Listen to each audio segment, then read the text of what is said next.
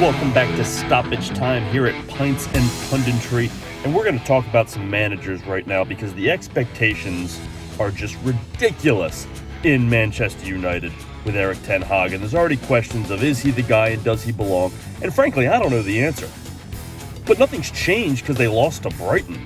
This is a team that does not have the talent it needs. This is a new coach with a strong track record who has not gotten to really implement his system yet. I mean, this stuff takes time. They've played one freaking game. Why is it the expectations for him are so high and he's on the hot seat already, but Thomas Tuchel over at Chelsea continues to get a free pass despite his players constantly underachieving, going on year 3, still can't find guys that fit his system.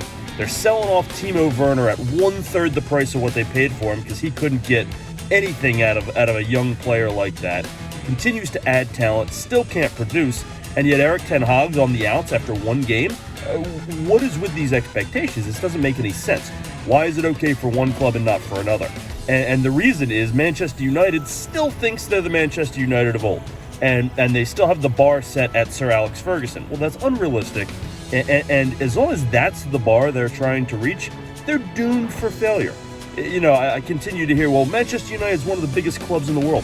No, they're not. Not anymore. They're one of the biggest brands in the world. That's a difference. That's going to help them get back to being one of the biggest clubs in the world. It's going to help them get out of this mid-table doldrums. But right now, that's who they are. They're not particularly talented. They've had a revolving door of coaches. They don't have any clue what their identity is. They continue to just try and get expensive, aging talent. Cristiano Ronaldo, how'd that work out? And they don't have a clue what direction they're heading. And this constant revolving door of managers and styles is what's dooming them. And so you bring in Erik Ten Hag, and I don't know if he's the guy or not, but you gotta push all your chips in the table. You placed your bet on this guy.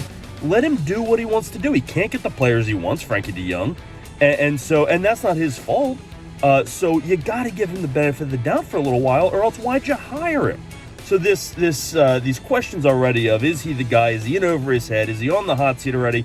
I mean, it's just laughable, and it's the reason why they've been pathetic for a long time now, and why they're going to continue to be mid-table and not be one of the biggest clubs in the world, and why that flies at United but not at a club like Chelsea, where Thomas Tuchel continues to get a free pass because he came in mid-season and got him to a Champions League, but hasn't done anything since and has underachieved since, is beyond me. So a bunch of clubs need to adjust their expectations and figure this stuff out, but the immediate knee-jerk reaction is just absurd, and it's why United continues to flounder.